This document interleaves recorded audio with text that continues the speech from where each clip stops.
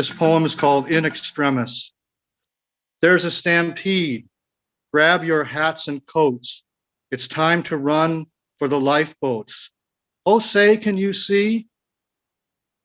The lifeboats are all ready. Their seats are full of money. The upwardly mobile, rich and famous, for years without end. They failed to provide for the likes of us. Once again, once again. This is no time, no, there is no time to worry about appearances of hypocrisy. We can't allow mercy. This is a time to build famine walls. The beggars and thieves out there remain, willing to die for a healthy potato rolling across the floor like a live grenade. They can kill, we have to protect ourselves, and still they fall down or go around or just leave town. Oh, the horror. In this ancient village, we all have always lived alongside one another. And I swear to you, we were not always like this. Sing a song for the Romulans. They have just won one big toss of the cosmic dice, and now they are not very nice about sharing their great fortune. They say, giving even a few drops of their golden elixir away to their cousins, the Vulcans. In a plague year, that would be the worst. Every life on Romulus must come first. Of course, that's merely science fiction. Yet it's a story with a script written on Earth for some reason. We all hang in the balance of this counting house mess. This way or that, a little more, a little less, a mere statistic, traveling the path of least resistance through an epidemic. No one must now be a spy to live and let die. Why do we cut corners with other people's lives? We must create precedents for respectful institutional arrangements, for one and for all. The weak and strong seeking justice together is the only hope for something really better. Let slow and steady win the hearts of the human family. Treat the health of our whole world like it is a lonely, homely, fragile ship inside something empty, because it is us in all humility. We all have to die in the final act. Why ought any one of us ever be left with no essential security, stripped of every bit of dignity? No, that is distinctly not necessary. If we consider what is fair in solidarity, besides mere expediency and our precious liberty, because the craziest new natural law has just been borne out. An axiom, not weak sentimentality. If you are not healthy, you can make my life miserable. You could even kill me accidentally without any personal animosity. This is the new guarantee, the overriding reality. The more equal we make us and our individual strength, the better it will be for everyone. So at long last, a movement towards cooperation and away from the growth of doomsday, of survivor, war, and nation against nation, leaving so many poor persons perpetually at the margin in the name of progress, scraped off like mud off a boot. Before us now is our choice and our lesson for every future generation. There'll be a story they tell about us, my friend, for years without end, when we are gone and our time is all done. May the tale not be told like that of a sinking ship, an ancestor of Titanic.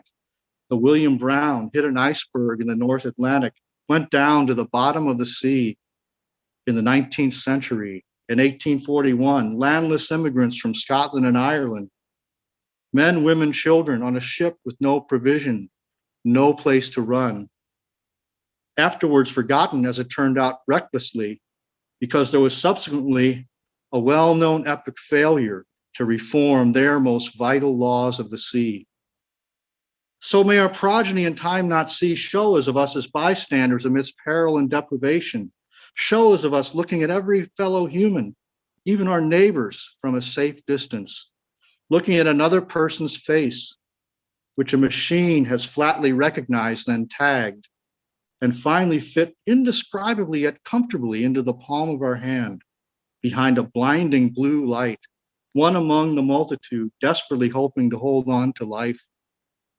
Another person's face that's come to us across this cold, competitive space in this year where, in spite of everybody, it's still too much like business as usual, where hope and fear are the springs of industry. And now for jumping the anonymous queue, too. In each and every cupcake land, today we're getting jabbed and jabbering away, where somebody's smiling and are taking our so long-awaited selfies.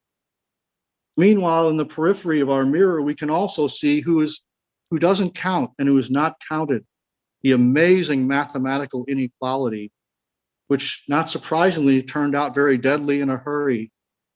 The haves and have-nots, both in plain sight. Once again, we will have a chance to get it right this time with nothing less than the clearest vision to the establishment of what indivisible good is possible for me, you, everyone. An end to isms, rifts, schisms, and an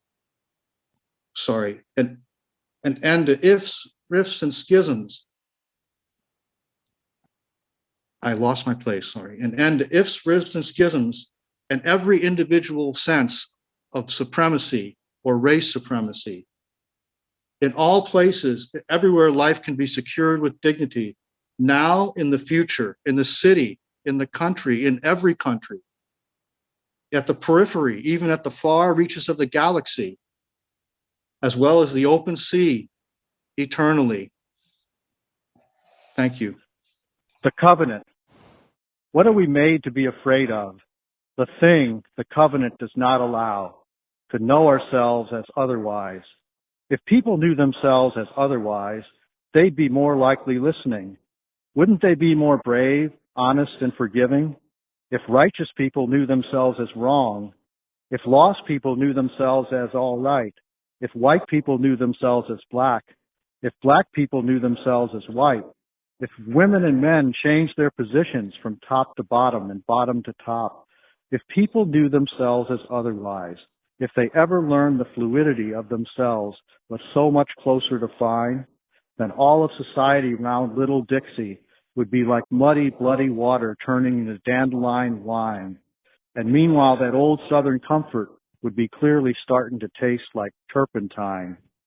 Whoever forged this covenant with us? Who is this Blanc who liked the idea of a contract? Who can find the paper it got written on? He deemed it advisable to conceal himself, or everybody's faith in him would be gone. The covenant is that cup, the cup Jesus didn't want to drink from. He pleaded in vain with his Father to let the covenant pass away, to let him not be remembered, least of all the way we remember him today. What is the history of this book of 7 seals and of the ID cards and lottery tickets this bookmaker deals? Who is this figure who figured to gain our consent, to trade in futures on the color of our skins, in who loses and who wins, in our pride and our shame? Who worked up this contract to the limits and terms of how we think about him and us while we lay unconscious? Here's my next poem. It's a new one. It's called Gaslight Square. Gaslight Square, just around the corner, where the things that matter to the future of humanity, a so-called functional democracy, in other words, a pylon in the comments section where free speech is like a gun without a safety, a so-called functional democracy that sounds like a shooting club where I ain't gonna be a pistol or a member thereof, a so-called functional democracy that looks continually like babies who can't find their bottle, like a Tower of Babel rebuilt by rabble on top of a muddy ditch, over and over, in which the things that matter in a so-called functional democracy get artificially debated by people who don't feel equal. The things that matter get created and completely cratered by slippery, slimy bastards with fake names and gobs of dark money. Who say what and who says what are the things that matter. Now, I have to go. I don't mean to keep looking superior or look like a dummy in a so-called functional democracy by proposing to keep being a user and keep screaming like hell any longer on a street corner in Gaslight Square.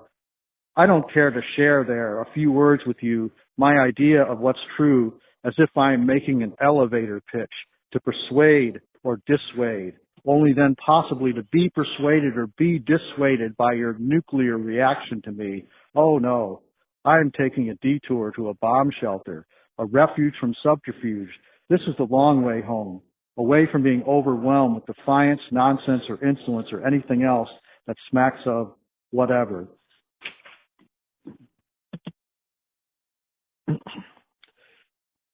This is my third poem. It's called Growing Down. Children dream of growing up. Old people anticipate growing down. Roots are real even if you can't see them. What if you could, though, and realized we are like Kabbalah trees standing upside down with roots to heaven and multicolored leaves falling to the ground like spiritual dollar bills. Growing down is not inheriting the earth, but becoming an inheritance to the earth. It is how fallen trees spend time, you know. Growing down is unpacking your heart and telling someone your story, how it was, Hamlet to Horatio, rise and fall. Children dream of growing up. Old people anticipate growing down, falling down. It is absolutely inevitable, unconditional. Like it or not, everybody is growing down, not up for negotiation. It is no secret, no shame. It is humor and humility, being okay with being in the mud with Jesus or Buddha while appearing to be there all alone. Growing down is movement from will to wit, to judgment, to calling, to acceptance, and finally to grace. You are gone now, but I read your book about it. Growing down, I mean. It is character, the lines on a face, the knowledge of your place, wherever you are now. Roots to heaven, leaves falling to earth, no tears, no sight of a soul that soul is, identity to and through and true. It is real. It is okay. It is us, all ages at every age. Children dream of growing up. Old people anticipate growing down. Thanks to James Hillman, 1926 to 2011.